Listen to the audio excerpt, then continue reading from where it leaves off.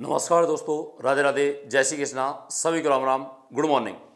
मैं नरेश कटारा और आप मेरे साथ हैं उत्कर्ष क्लासेस के यूट्यूब चैनल पर और उत्कर्ष एग्रीकल्चर यूट्यूब चैनल पर आप सभी का हार्दिक स्वागत है। हम सभी यहाँ राजस्थान का इतिहास पढ़ रहे हैं। राजस्थान के इतिहास में मॉडर्न राजस्थान पढ़ रहे हैं। राजस्थान में जितने भी कंपटीशन एग्जाम में उन सब में महत्वपूर्ण क्लास हैं और इम्पोर्टेंट है परीक्षा की दृष्टि से टॉपिक, क्योंकि किसान आंदोलन है और किसान आंदोलन जो है उससे प्रश्न पेपर में पूछे जाते हैं। तो आज का जो टॉपिक रहेगा वो आपका राजस्थान में किसान आंदोलन रहेगा और राजस्थान में किसान आंदोलन जो है उससे संबंधित प्रश्नों के बारे में हम चर्चा करने वाले हैं। तो सभी एकदम स्टूडेंट अच्छे से टकाटक से जवाब देना और अच्छे से आप रेस्पॉन्स दें।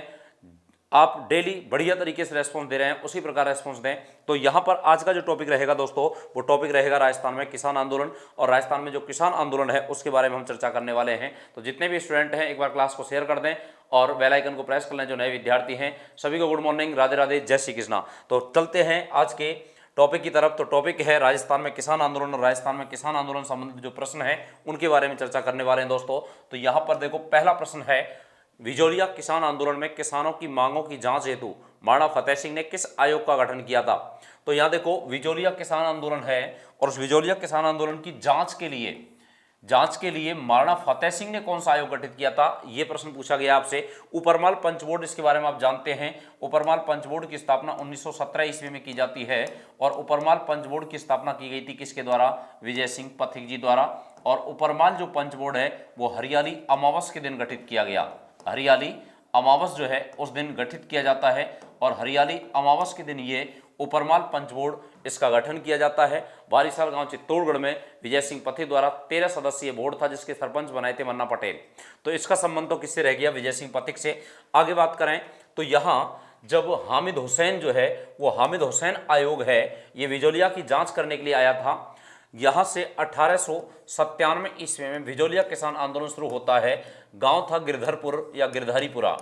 अब ये गिरधारीपुरा जो गांव है, यहाँ से गिरधारीपुरा गांव से ये आंदोलन शुरू होता है साधु सीताराम दास के नेतृत्व में। साधु सीताराम दास, तो साधु सीताराम दास जो थे उनके नेतृत्व में ये आंदोलन शुरू हुआ, साधु सीताराम दास के। और ये जो आंदोलन था दोस्तों, ये साधु सीताराम दास के नेतृत्व में शुरू हुआ है। यहाँ से विजोलिया आंदोलन जिसका नेतृत्व साधु सीताराम दास ने किया 1916 ईस्वी तक। यहाँ पर गिरधारीपुरा गांव से जब दो व्यक्ति नियुक्त किए जाते हैं जिनका नाम था नानजी पटेल और ठाकरी पटेल। नानजी पटेल और ठाकरी पटेल।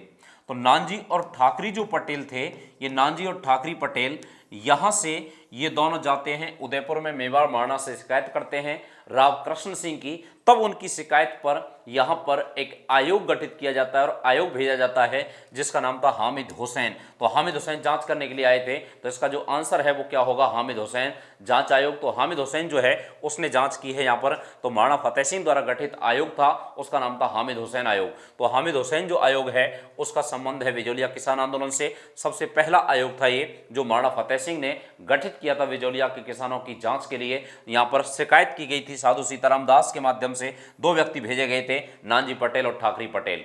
फिर इसने यहाँ पर हामिद हुसैन ने जांच की और जांच के बाद महाराणा को रिपोर्ट सौंपी थी। तो इसका जो संबंध है वो प्रश्न सबका बिल्कुल एकदम टकाटक आंसर आया है, सही आंसर दिया है। यानी कि यहाँ पर हामिद हुसैन जो आयोग है वो हामिद हुसैन आयोग का संबंध है महाराणा फतेह सिंह से। तो हामिद हुसैन इसमें आंसर हो जाएगा। बिल्कुल सबने सही आंसर दिया है, टकाटक आंसर दिया है। वेल प्लेड, बहुत अच्छे भैया, शाबाश। अगला प्रश्न देखो, अगला प्रश्न क्या कह रहा है? नीमू चना किसान आंदोलन की समस्या को कौन सी पुस्तक के माध्यम से उठाया गया? नीमू चना किसान आंदोलन, नीमू चना जो किसान आंदोलन है उस नीमू चना किसान आंदोलन की समस्या को कौन सी पुस्तक के माध्यम से उठाया गया? अब इसका संबंध है किससे? अलवर से। किससे है? अलवर से। और अलवर के शासक थे, उनका नाम था जयसिंह। तो महाराजा जयसिंह अलवर के शासक थे और जयसिंह के समय ये किसान यहाँ नीमूचाना क्षेत्र में, क्योंकि यहाँ पर क्या हुआ था, इजारा पद्धति लागू की गई थी। अब इजारा पद्धति जब लागू की गई तो किसानों की लगान दरों में वृद्धि हुई थी और इजारा पद्धति का विरोध किया जाता है। यहाँ पर दो किसान थे, माधो सिंह और गोविंद सिंह। माधो सिंह और गोविंद सिंह। तो माधो सिंह और गोविंद सिंह जो किसान हैं उनके द्वारा विरोध किया जाता है और माधो सिंह और गोविंद सिंह जो किसान हैं वो विरोध करते हैं किसके माध्यम से ये मुद्दा उठाया जाता है, तो ये पुकार के माध्यम से। किसके माध्यम से? पुकार पत्र था उसके माध्यम से उठाया जाता है। तो पुकार जो पत्र है उसका संबंध है, बिल्कुल सबने करेक्ट आंसर दिया है, बी आंसर बिल्कुल करेक्ट आंसर है सभी का। पोपाबाई की पोल का संबंध किससे है? मारवाड़ से, जयनारायण व्यास से है। और रंगभूमि जो है, ये रंगभूमि ग्रंथ है किसका? मुंशी प्रेमचंद जी का। तो यहां पर पुकार नामक जो अखबार है, उस पुकार नामक पत्र के माध्यम से यहां पर विरोध किया जाता है माधो सिंह और गोविंद सिंह द्वारा, जो नीमू चढ़ा में इजारा पद्धति लागू की गई थी महाराजा जय सिंह द्वारा। फिर इसके विरोध में यहां पर किसानों ने आंदोलन किया और किसान सभा हो रही थी, आपको सभी को पता है, 14 मई 1925 ईस्वी को, जिस पर पुलिस कमांडर छज्जू सिंह ने गोलियां चलाई थी। छज्जू सिंह को राजस्थान का जनरल डायर कहा जाता है। तो ये यहां पर नीमू चढ़ा जो हत्याकांड की घटना घटित हुई थी वो हुई थी 14 मई 1925 ईस्वी को। 14 मई 1925 ईस्वी को नीमू चढ़ा हत्याकांड की घटना घटित होती है, जिसमें सैकड़ों किसान मारे जाते हैं। लगभग 800 लोग यहां पर एकत्र थे, उन पर गोलियां चलाई किसने? छज्जू सिंह ने, पुलिस कमांडर था। और छज्जू सिंह को राजस्थान का जनरल डायर के नाम से जाना जाता है, ये सभी आप जानते हैं। तो पुकार जो है, ये पुकार जो पत्र था गोविंद सिंह और माधो सिंह इनके द्वारा, इसके माध्यम से यह आंदोलन चलाया जाता है, विरोध किया जाता है। तो इसका आंसर सभी ने बिल्कुल टकाटक आंसर दिया है, सही आंसर है एकदम, यानी कि आंसर क्या है? पुकार आंसर है इसका, यानी कि बी आंसर होगा, बिल्कुल टकाटक आंसर सभी का। अगला प्रश्न क्या कह रहा है, देखो, निम्नलिखित में से किस किसान आंदोलन पर राजस्थान सेवा संघ का सर्वाधिक प्रभाव पड़ा था? किस किसान आंदोलन पर राजस्थान सेवा संघ का सर्वाधिक प्रभाव पड़ा था? अब देखो, सीकर, बेंगू, अलवर, मेव, किस किसान आंदोलन पर सर्वाधिक प्रभाव पड़ा है? ठीक है, यहां अगर हम बात करें तो राजस्थान में कौन सा किसान आंदोलन, निम्नलिखित में किस किसान आंदोलन पर राजस्थान सेवा संघ का सर्वाधिक प्रभाव पड़ा है? तो देखो, राजस्थान सेवा संघ और राजस्थान सेवा संघ के अध्यक्ष थे जिनका नाम था राम नारायण चौधरी। राम नारायण चौधरी। और राम नारायण जो चौधरी हैं, उन्होंने, राम नारायण चौधरी ने नेतृत्व किया था किसका? बेंगू किसान आंदोलन का। तो यानी कि बेंगू जो किसान आंदोलन है वो रामनारायण चौधरी के नेतृत्व में शुरू हुआ था 1921 ईस्वी को। किस स्थान से? मैनाल नामक स्थान से। और मैनाल में भैरूकुंड नामक स्थान है, वहां से ये आंदोलन शुरू हुआ था। और यहाँ फिर किसानों ने आंदोलन किया था रामनारायण चौधरी के नेतृत्व में। रामनारायण चौधरी इस समय राजस्थान सेवा संघ चला रहे थे, उसके अध्यक्ष थे, तो उनके नेतृत्व में आंदोलन किया जाता है। और बेंगू किसान आंदोलन जो है ये 1921 ईस्वी में। राजस्थान सेवा संघ इसकी बात करें तो इसका जो गठन है वो 1919 ईस्वी में किया था पथिक जी ने। और इसका जो गठन है वो गठन हुआ था वर्धा में, वर्धा है महाराष्ट्र में। और फिर इसके बाद में इसका 1920 ईस्वी में यहां वर्धा से स्थानांतरण किया जाता है और फिर इसका कार्यालय अजमेर बनाया जाता है। और इसके अध्यक्ष जो थे वो रामनारायण चौधरी, और रामनारायण चौधरी के नेतृत्व में बेंगू किसान आंदोलन हुआ था। और बेंगू जो किसान आंदोलन है वहां फिर बेंगू के ठाकुर अनूप सिंह से समझौता हो गया था। और बेंगू के ठाकुर अनूप सिंह से 1922 में जो समझौता हुआ उसको सरकार ने रद्द कर दिया और उसका नाम दिया बोल्शेविक समझौता। तो बोल्शेविक समझौता के नाम से जाना जाता है बेंगू किसान आंदोलन का जो समझौता हुआ था। फिर किसानों की जांच के लिए सरकार ने एक आयोग बनाया, मिस्टर ट्रेंच आयोग। और मिस्टर ट्रेंच ने जब यहां पर अपनी रिपोर्ट दी तो फिर किसानों ने उसका विरोध किया और उसके विरोध में किसान इकट्ठा होते हैं। 13 जुलाई 1923 की बात थी और किसान इकट्ठा हुए थे गोविंदपुरा गांव में। और वहां पर फिर ट्रेंच ने गोलियां चलवाई थी जिसमें 2 किसान शहीद हुए थे, रूपाजी धाकड़ और कृपाजी धाकड़। तो रूपाजी धाकड़, कृपाजी धाकड़ का संबंध किस किसान आंदोलन से? बेंगू किसान आंदोलन से। बोल्शेविक समझौता का संबंध किससे? बेंगू किसान आंदोलन से। और आगे बात करें, यहां बेंगू जो किसान आंदोलन है उसका नेतृत्व किसने किया था? तो रामनारायण चौधरी के नेतृत्व में आंदोलन शुरू हुआ था भैरूकुंड, मैनाल, भीलवाड़ा 1921 में। और फिर 1922 ईस्वी में समझौता हो जाता है, बोल्शेविक समझौता कहते हैं उसको। और 1923 में वो हिंसक घटना घट जाती है जिसमें 2 किसान शहीद हो जाते हैं, रूपाजी धाकड़ और कृपाजी धाकड़। तो उनका जो संबंध है वो इसी किसान आंदोलन से, बेंगू किसान आंदोलन से। बिल्कुल टकाटक आंसर दिया है सभी ने, बिल्कुल सही आंसर सभी का, बहुत अच्छे भैया। अगला प्रश्न क्या कह रहा है, देखो अगला प्रश्न, राजस्थान में किस क्षेत्र ने कृषक आंदोलन प्रारंभ करने पर में पहल की थी? तो राजस्थान में किस क्षेत्र ने कृषक आंदोलन प्रारंभ करने में पहल की थी? यानी कि राजस्थान में सबसे पहले किसान आंदोलन कहां शुरू हुआ था, किस क्षेत्र में शुरू हुआ था, किसानों ने किस क्षेत्र में सबसे पहले आंदोलन शुरू किया था? तो इसका जो आंसर है वो अच्छे से देना समझ करके देखो। राजस्थान में पहला किसान आंदोलन हुआ और वो पहला किसान आंदोलन जून 1880 ईस्वी में हुआ था और वो किया था मातृकुंडिया के जाट किसानों ने। मातृकुंडिया जो है यहाँ पर मातृकुंडिया है और मातृकुंडिया के जाट किसान हैं, जाट किसान हैं, उनके द्वारा ये आंदोलन किया जाता है। तो मातृकुंडिया के जाट किसान और उनके द्वारा ये आंदोलन किया गया जून 1880 ईस्वी में, और फिर जुलाई में 1880 में ये समाप्त हो गया था। और ये मातृकुंडिया जो क्षेत्र है वो कहाँ पर है? चित्तौड़गढ़ में है। कहाँ पर है? चित्तौड़गढ़ में है। राजस्थान का पहला किसान आंदोलन, जाट किसान आंदोलन, जो मातृकुंडिया में किया गया था, और वो मेवाड़ क्षेत्र था। कौन सा क्षेत्र दोस्तों? मेवाड़ है। तो इसका आंसर बिल्कुल करेक्ट दिया है, सभी ने बिल्कुल सही आंसर दिया है। यानी कि मेवाड़ जो क्षेत्र है, यहां से किसान आंदोलन की शुरुआत होती है। ये राजस्थान का पहला किसान आंदोलन था, जाट किसान आंदोलन 1880 ईस्वी में। और फिर उसके बाद में 1897 ईस्वी में शुरू हुआ था बिजोलिया किसान आंदोलन। तो बिजोलिया जो किसान आंदोलन है उसका संबंध भी किससे है? मेवाड़ क्षेत्र से है। वो भारत का सबसे बड़ा अहिंसक किसान आंदोलन था, जो लगभग कितने वर्ष चला था? लगभग 44 वर्ष आंदोलन चला था, 1897 से लेकर 1941 तक। और ये आंदोलन जो है वो लगभग 1 महीने चलता है। जुलाई 1880 में किसानों की मांगें मान ली जाती हैं। नई भू राजस्व व्यवस्था यहाँ लागू की गई थी, उसके विरोध में किसानों ने आंदोलन किया था। और फिर किसानों की मांगें जब स्वीकार कर ली जाती हैं तो ये आंदोलन समाप्त हो जाता है। चित्तौड़गढ़ क्षेत्र, और चित्तौड़गढ़ क्षेत्र का संबंध किससे है? मेवाड़ से है। तो इसका जो आंसर हो जाएगा दोस्तों वो क्या हो जाएगा? सी, यानी कि करेक्ट आंसर है सी। बिल्कुल टकाटक आंसर दिया है सभी ने, बहुत अच्छे भैया। अगले प्रश्न की तरफ बढ़ते हैं। अगला प्रश्न क्या कह रहा है, उससे पहले आप सभी के लिए इंपॉर्टेंट सूचना, जितने भी विद्यार्थी हैं पशु परिचर की तैयारी करना चाहते हैं और उत्कर्ष के साथ में जुड़ना चाहते हैं, वो ये मौका नहीं चूकें, क्योंकि सेमिनार होने वाली है और महासेमिनार होगी 28 जनवरी 2024 ईस्वी को सुबह 10 बजे। स्थान रहेगा आपका, और वो स्थान रहेगा आपका शकुंतला भवन जयपुर।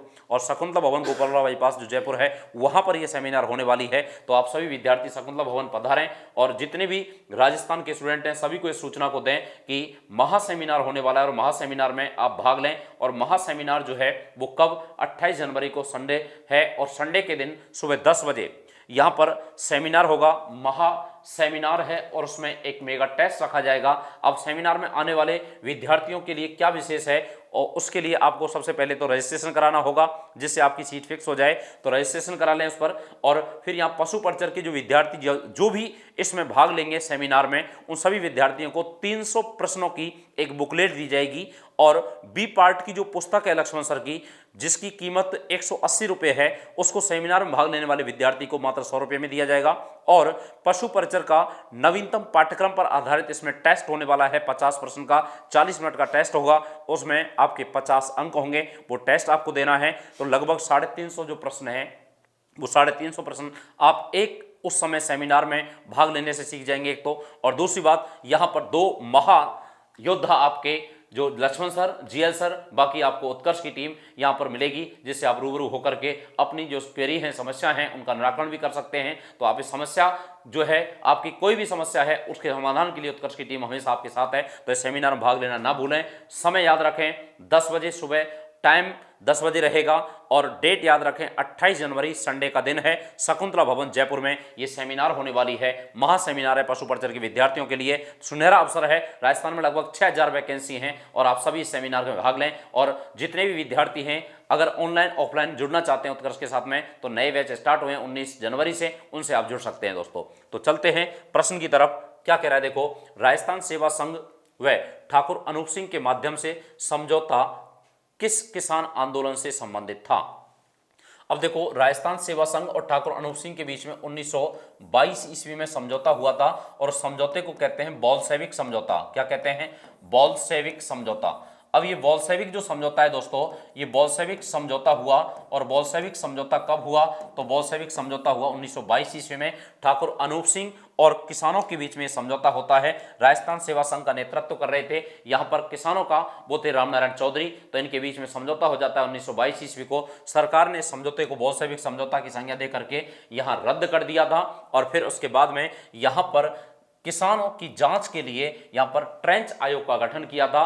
तो ये कौन सा किसान आंदोलन था? बेंगू किसान आंदोलन था। तो बेंगू जो किसान आंदोलन दोस्तों, ये संबंधित है बेंगू किसान आंदोलन किससे? तो बेंगू किसान आंदोलन का संबंध है यहाँ पर ठाकुर अनूप सिंह बेंगू के ठाकुर थे। 1922 ईस्वी में समझौता हुआ था। उस समझौते को कहते हैं बोल्शेविक समझौता। क्या कहते हैं? बोल्शेविक समझौता। और बोल्शेविक जो समझौता है ये 1922 ईस्वी में हुआ है। ठाकुर अनूप सिंह और राजस्थान सेवा संघ के किसानों के बीच में समझौता होता है, और बेंगू किसान आंदोलन से संबंध था। बिल्कुल टकाटक आंसर दिया है सभी ने, बिल्कुल करेक्ट आंसर है सभी का, बहुत अच्छा आंसर, बहुत अच्छा है। अगला प्रश्न क्या कह रहा है देखो, विजोलिया किसान आंदोलन के तृतीय चरण का नेतृत्व किसने किया था? विजोलिया किसान आंदोलन के तृतीय चरण का नेतृत्व किसने किया था? तो विजोलिया जो किसान आंदोलन है वो 3 चरणों में संपन्न हुआ है। अब पहला जो चरण माना जाता है वो 1897 से लेकर के 1915 ईस्वी तक किसके नेतृत्व में? साधु सीताराम दास के नेतृत्व में। 1916 से लेकर 1923 ईस्वी तक इससे जुड़े रहे कौन? विजय सिंह पथिक। और फिर उसके बाद में तीसरा 1923 से लेकर 1941 तक जो आंदोलन हुआ था उसका नेतृत्व किसने किया है? अब यहां आपसे प्रश्न पूछा गया है। तो देखो, साधु सीताराम दास, माणिकलाल वर्मा, विजय सिंह पथिक, रामनारायण चौधरी। अच्छे से समझ करके आंसर देना। तो देखो, प्रथम का तो इन्होंने किया, सेकंड का इन्होंने किया, और थर्ड जो है वो उसका किसने किया? माणिकलाल वर्मा जी ने। तो थर्ड जो है उसका माणिकलाल वर्मा जी द्वारा किया गया है। तो इसका जो आंसर है वो आंसर क्या हो जाएगा दोस्तों? आप सभी ने अच्छे से आंसर दिया है, टकाटक आंसर दिया है, यानी कि जो बी आंसर होगा माणिकलाल वर्मा। वो माणिकलाल वर्मा, इन्होंने तृतीय चरण का नेतृत्व जो है वो माणिकलाल वर्मा के नेतृत्व में हुआ। और माणिकलाल वर्मा के नेतृत्व में ही 1941 ईस्वी को मेवाड़ के प्रधानमंत्री सर टी विजय राघवाचार्य थे, उनसे समझौता होता है। और समझौता होने के बाद में फिर ये आंदोलन समाप्त कर दिया जाता है 1941 ईस्वी में। किसानों की मांगें मान ली जाती हैं, वेगार प्रथा थी, वलैट प्रथा थी, इनको समाप्त कर दिया जाता है। और इसके बाद में माणिकलाल वर्मा से समझौता होने के बाद में किसान आंदोलन समाप्त हो गया था। तो 3 चरण है इसके। पहले का नेतृत्व साधु सीताराम दास ने किया है, दूसरे का विजय सिंह पथिक ने, और तीसरे का किया है माणिकलाल वर्मा जी ने। बिल्कुल करेक्ट आंसर सभी का, बिल्कुल टकाटक आंसर है। बहुत अच्छा भैया, बिल्कुल सही आंसर दिया है सभी ने। तो यहां पर आंसर क्या हो जाएगा? बी आंसर हो जाएगा। यानी कि 3 चरण है। पहला जो चरण है वो 1897 से लेकर के 1915 ईस्वी तक माना जाता है। दूसरा चरण है 1915 ईस्वी से लेकर के 1923 तक माना जाता है। और तीसरा चरण है 1923 से लेकर के और 1941 ईस्वी तक माना जाता है। ऐसे इसके 3 चरण हैं। 3 चरणों में इस आंदोलन को हम पढ़ते हैं। अगला प्रश्न है, विजोलिया किसान आंदोलन के संदर्भ में असत्य कथन है। विजोलिया किसान आंदोलन के संदर्भ में असत्य कथन है। अच्छे से पढ़ना प्रश्न को। अब देखो ऑप्शन क्या कह रहे हैं। इस किसान आंदोलन में सर्वाधिक धाकड़ जाति के किसानों ने भाग लिया था। बिल्कुल सही बात है।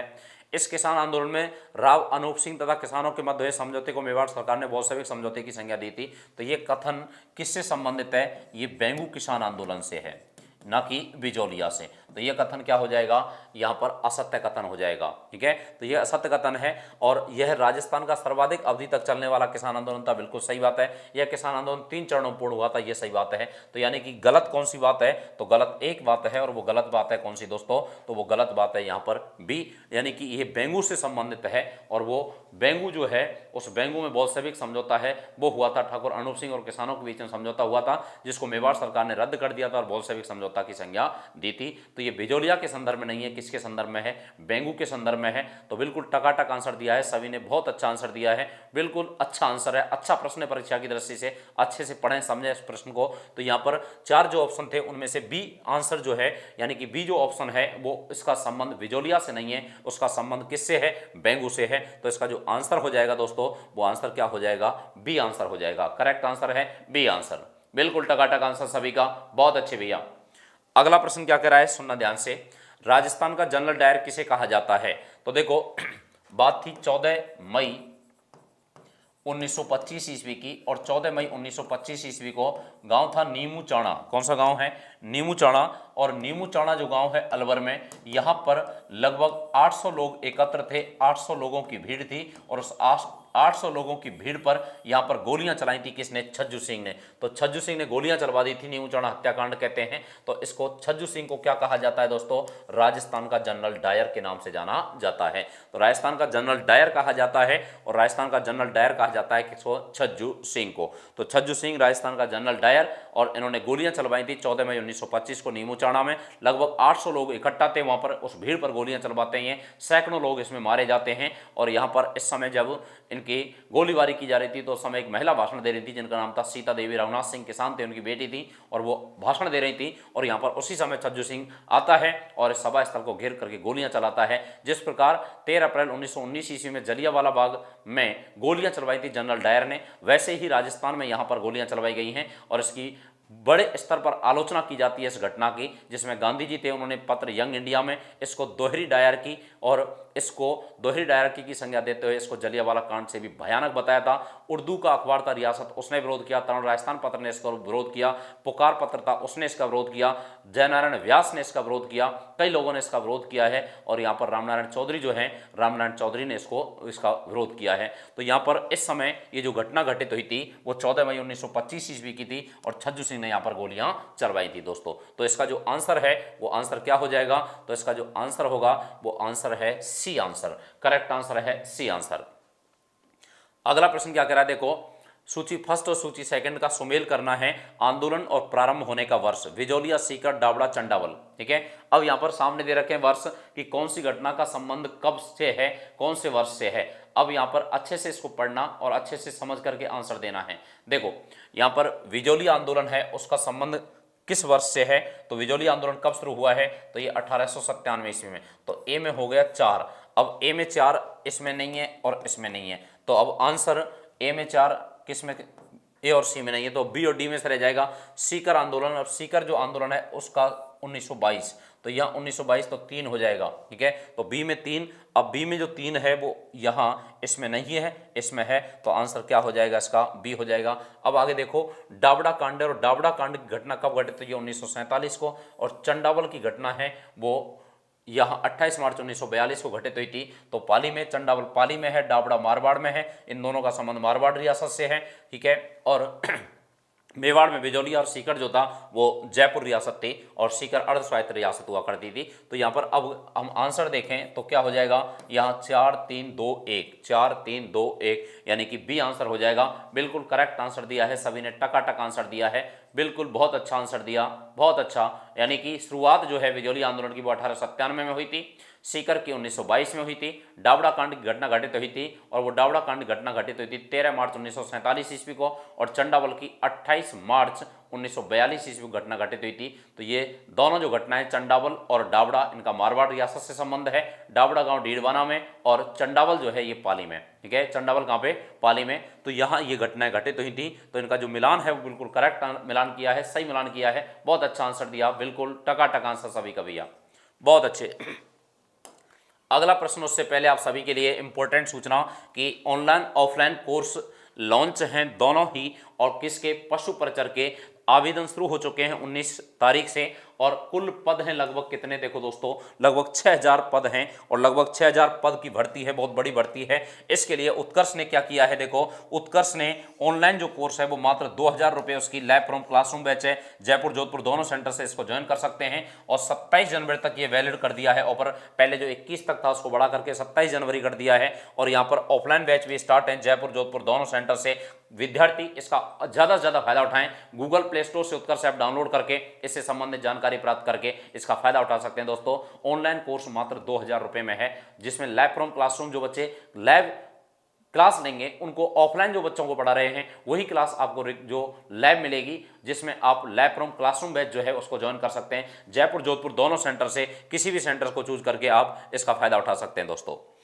प्रश्न क्या करा है अगला, देखो वर्ष 1916 ईस्वी में किसने विजोलिया किसान पंचायत का गठन किया था।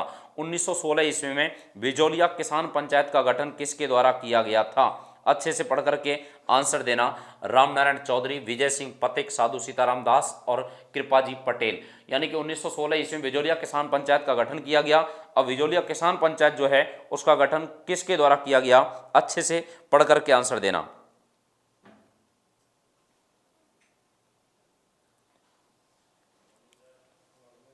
बहुत अच्छे, शाबाश शाबाश, वेरी गुड। तो यानी कि विजय सिंह पथिक थे, और विजय सिंह पथिक ने 1916 में बिजौलिया किसान पंचायत का गठन किया था, जिसका सरपंच बनाया गया था, और सरपंच बनाया था किसको, मन्ना पटेल को। मन्ना पटेल को, इसे ही ऊपरमाल पंच बोर्ड कहा गया है। मन्ना पटेल जो है वो मन्ना पटेल इसके सरपंच बने थे। विजोलिया किसान पंचायत है, और विजोलिया किसान पंचायत का 1916-17 ईस्वी में गठन किया गया था, विजय सिंह पथिक द्वारा किया गया था। किसके द्वारा, विजय सिंह पथिक द्वारा किया गया था। बिल्कुल सबने टकाटक आंसर दिया है। सरपंच मन्ना पटेल बनाए थे इसके, और 13 सदस्यीय एक बोर्ड था, और 13 सदस्यीय बोर्ड जिसको ऊपरमाल पंच बोर्ड कहा गया, और इसको विजोलिया किसान पंचायत के नाम से जाना जाता है। तो विजोलिया में किसानों की जो पंचायत है उसका गठन किया है और वो गठन किया है विजय सिंह पथिक ने। सरपंच बनाया इसको मुन्ना पटेल को। बिल्कुल टकाटक आंसर सभी का बिल्कुल सही आंसर दिया है। अगला प्रश्न क्या कह रहा है दोस्तों, देखो वर्ष 1943 ईस्वी में कुंवर मदन सिंह के नेतृत्व में किसानों ने कहां आंदोलन किया था? वर्ष 1927 में कुंवर मदन सिंह के नेतृत्व में किसानों ने कहां पर आंदोलन किया था? तो सरकार की जो नई भू राजस्व नीति थी उसके विरोध में किसानों ने आंदोलन किया था और उस किसानों का साथ दिया था उस समय वहां के कुंवर थे। ठीक है, कुंवर थे यानी कि राजा जो है उनके पुत्र हैं, राजकुमार हैं, कुंवर हैं। और वो किस रियासत से संबंधित थे? तो कुंवर मदन सिंह। और कुंवर मदन सिंह जो है उनका संबंध है किससे? तो कुंवर मदन सिंह का संबंध है दोस्तों कहां से? करौली से। तो करौली के कुंवर मदन सिंह थे और कुंवर मदन सिंह के नेतृत्व में यहां पर आंदोलन किया जाता है। और यहां पर जो खेती है उसकी रक्षा के लिए, सुअरों को मारने के लिए, ठीक है, यहां पर किसान जो हैं वो आंदोलन करते हैं और उनका साथ देते हैं इस समय। और वो साथ दिया है कुंवर मदन सिंह ने। और करौली रियासत थी, 1927 ईस्वी की बात थी और करौली क्षेत्र में ये आंदोलन किया था कुंवर मदन सिंह के नेतृत्व में। किसानों का इन्होंने साथ दिया था। तो यहां पर आंसर क्या होगा दोस्तों? वो डी आंसर हो जाएगा। बिल्कुल करेक्ट आंसर है, टकाटक आंसर है। अगला प्रश्न, विजोलिया के राव कृष्ण सिंह के शासनकाल में किसानों को कितने प्रकार के लगान चुकाने पड़ते थे? ठीक है, अच्छे से आंसर देना। कितने प्रकार के लगान जो थे? लाग, वाग, वेगार, लाटा, कूता आदि लगे हुए थे। 64, 74, 84 और 24। ये बचपन से आप प्रश्न पढ़ते आ रहे हैं, बिल्कुल टकाटक आंसर देंगे, बहुत अच्छे। राव कृष्ण सिंह जो हैं वो राव कृष्ण सिंह विजोलिया के ठिकानेदार बने थे 1894 ईस्वी में। 1894 ईस्वी में विजोलिया के ठिकानेदार बने थे और उस समय किसानों पर कर लगे हुए थे। लगभग लगान जो थे वो कितने प्रकार की थी? 84 प्रकार की थी। और बाद में इन्होंने एक और बढ़ा दी थी, चवरी कर। ठीक है, 1903 में चवरी कर लगाया था इन्होंने लड़की के विवाह पर। तो 1903 ईस्वी में जो कर लगाया था वो कौन सा कर है? चौरी कर है। और चौरी जो कर है ये 1903 ईस्वी में लड़की के विवाह पर लगाया गया था 5 रुपये। और ये 5 रुपये नगद लगाया गया था। ठीक है, तो ये नगद लगाया गया था 5 रुपये 1903 ईस्वी में चौरी कर। तो 84 प्रकार के कर लगे थे 1894 ईस्वी में। विजोलिया के नए ठाकुर बने थे रावकृष्ण सिंह। और रावकृष्ण सिंह ने 1894 से लेकर के 1906 तक शासन किया था। विजोलिया के ठाकुर रहे थे और यहाँ लगभग 84 प्रकार के कर थे दोस्तों। तो इसका जो आंसर है वो क्या हो जाएगा? 84 यानी कि 84 यानी कि सी आंसर हो जाएगा। C for correct. यानी करेक्ट जो आंसर दिया है आपने सबने बिल्कुल टकाटक आंसर दिया है, बिल्कुल सही आंसर दिया है। 1894 से 1906 तक विजोलिया के ठाकुर रहे हैं, ठिकानेदार रहे हैं रावत कृष्ण सिंह। और राव कृष्ण सिंह जो है उन्होंने लगभग उनके समय 84 प्रकार के कर थे। 1894 में ये शासक बने थे। 1903 में इन्होंने चवरी कर लगाया था, लड़की के विवाह पर 5 रुपये नगद लगाया था। इसका विरोध होता है, फिर 1905 में इस कर को हटाया जाता है। 1906 ईस्वी में इनका देहांत हो गया था। तो यहाँ पर आंसर जो है दोस्तों वो क्या हो जाएगा? सी आंसर होगा, करेक्ट आंसर होगा। अगला प्रश्न है, लाटा व कूता लगान निर्धारण की पद्धति किस किसान आंदोलन में अपनाई गई? लाटा कूता लगान निर्धारण की पद्धति किस किसान आंदोलन में अपनाई गई थी? अच्छे से पढ़कर के आंसर देना। कौन सा किसान आंदोलन होगा? लाटा कूता। अभी मैंने थोड़ी देर पहले बता भी दिया था इससे पहले, विजोलिया, बरड़, नीमूचाना या बेंगू। ठीक है, लाटा कूता। लाटा कूता यानी कि लाटा का मतलब है जब फसल जो है वो इकट्ठी हो जाती है और उसके बाद जब उसको अनाज को निकाल लिया जाता है तो उसमें यहाँ लाटा करना कहते हैं। उस समय ठिकानेदार और किसान की जो हिस्सा है वो निर्धारित करते थे, उसको लाटा कहते हैं। और कूता खड़ी फसल को अनुमान लगा करके कि मान के चलो 1 बीघा है और 1 बीघा में 20 मन अनाज होगा तो 10 मन ठिकानेदार का गया और 10 मन जो है वो किसान ले लेगा। ऐसे कोई पार्ट निर्धारित कर लेते थे तो उसको कहते थे कूतना, अनुमान लगाना। तो कूता, लाटा और कूता जो है उनका संबंध किससे है? बिल्कुल टकाटक आंसर दे रहे हैं, बिल्कुल सही आंसर है। कौन सा है? विजोलिया है। लाटा, कूता, लाग, वाग, वेगार ये जो है उनका संबंध है और वो विजोलिया किसान आंदोलन जो है उसमें ये पद्धति निर्धारित की गई थी। तो विजोलिया किसान आंदोलन इसका आंसर हो जाएगा दोस्तों। ए आंसर है, टकाटक आंसर है, बिल्कुल सही आंसर दिया है, करेक्ट आंसर दिया है। अगला प्रश्न क्या कह रहा है दोस्तों, देखो विजोलिया किसान आंदोलन के संदर्भ में कौन सा कथन गलत है? विजोलिया किसान आंदोलन के संबंध में कौन सा कथन गलत है? विजोलिया किसान आंदोलन के संदर्भ में गलत कथन पूछ रहा है आपसे। तो देखो 1916 ईस्वी में विजय सिंह पथिक के नेतृत्व में 1916 ईस्वी विजय सिंह पथिक के नेतृत्व में किया गया। विजोलिया किसान आंदोलन के संदर्भ में कौन सा कथन गलत है, ये पूछ रहा है। विजय सिंह पथिक ने उपरमाल पंच बोर्ड की स्थापना की थी, अनेक प्रकार की लागतों को वसूला गया था, यह किसान आंदोलन 5 चरणों में चला था। अब यहाँ पर देखो 1916 में विजय सिंह पथिक ने नेतृत्व किया था, ये बिल्कुल सही बात है। विजय सिंह पथिक ने उपरमाल पंच बोर्ड का गठन किया था, बिल्कुल सही बात है। अनेक प्रकार की लागतें वसूल की गई थी, बिल्कुल सही बात है। यह किसान आंदोलन 5 चरणों में हुआ था, ये बात गलत हो गई इसकी, तो यही कथन इसका क्या है, असत्य है, गलत कथन हो जाएगा। तो आंसर डी हो जाएगा, यानी कि ये चरण कितने थे, 3 चरण थे, न कि 5 चरण। ठीक है, तो 3 चरणों में हुआ था, ये 5 चरण इसमें नहीं थे। तो इसका जो आंसर है दोस्तों वो क्या आंसर होगा, डी आंसर हो जाएगा। करेक्ट आंसर है डी इसमें, यानी कि यहां पर चरण हुए थे किसान आंदोलन में, और वो कितने चरणों में चला था, तो उसके जो चरण हैं दोस्तों वो 5 चरण न होकर के 3 चरण थे। तो यहां आंसर में 5 दे रखा है, इसलिए गलत कथन यही हो जाएगा। इसका आंसर होगा डी। बिल्कुल सबने टकाटक आंसर दिया है, सही आंसर दिया है, बहुत अच्छा आंसर दिया है, शाबाश। ठीक है, वेरी गुड। अगला प्रश्न उसकी बात करते हैं। देखो, किस समाचार पत्र ने विजोलिया किसान आंदोलन को देश भर में चर्चित किया था?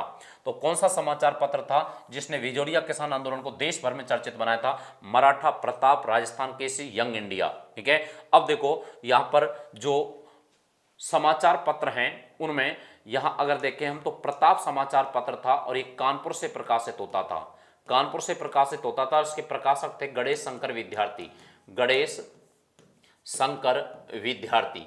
तो गणेश शंकर जो विद्यार्थी हैं वो इसके यहां अगर हम बात करें तो ये प्रताप समाचार पत्र, इसके प्रकाशक हैं गणेश शंकर विद्यार्थी, उनका पत्र था, और इसके माध्यम से पूरे देश में फैलाया था विजोलिया किसान आंदोलन को प्रताप समाचार पत्र के माध्यम से। तो प्रताप समाचार पत्र है, उसने पूरे देश में चर्चित कर दिया था किसको, विजोलिया किसान आंदोलन को। और भारत का सबसे बड़ा और अहिंसक किसान आंदोलन है, लगभग 44 वर्ष चला है, और इसका पूरे देश में प्रचार प्रसार किया गया प्रताप समाचार पत्र से, जिसका प्रकाशक गणेश शंकर विद्यार्थी थे, और एक कानपुर से इसका प्रकाशन करते थे। बहुत अच्छा दोस्तों, बिल्कुल टकाटक आंसर दिया है सभी ने, बहुत अच्छा आंसर दिया, सभी बिल्कुल टकाटक आंसर दे रहे हैं। तो सभी इसी प्रकार क्लास से जुड़े रहें, डेली एक क्लास होती है आपकी, और जिसमें राजस्थान की इतिहास से संबंधित, मॉडर्न इतिहास पढ़ रहे हैं, उससे संबंधित इंपॉर्टेंट प्रश्न हैं, जितने भी राजस्थान कंपटीशन एग्जाम है सबके लिए इंपॉर्टेंट है। तो प्रत्येक विद्यार्थी इस क्लास से जुड़े डेली दोस्तों, और जुड़ करके अपनी तैयारी को और बेहतरीन मजबूत कर सकते हैं। तो आज का सेशन है उसको यहीं समाप्त करते हैं, आगे पार्ट 2 लेंगे इसका किसान आंदोलन का, जिसमें 16वें प्रश्न से पढ़ेंगे। धन्यवाद दोस्तों,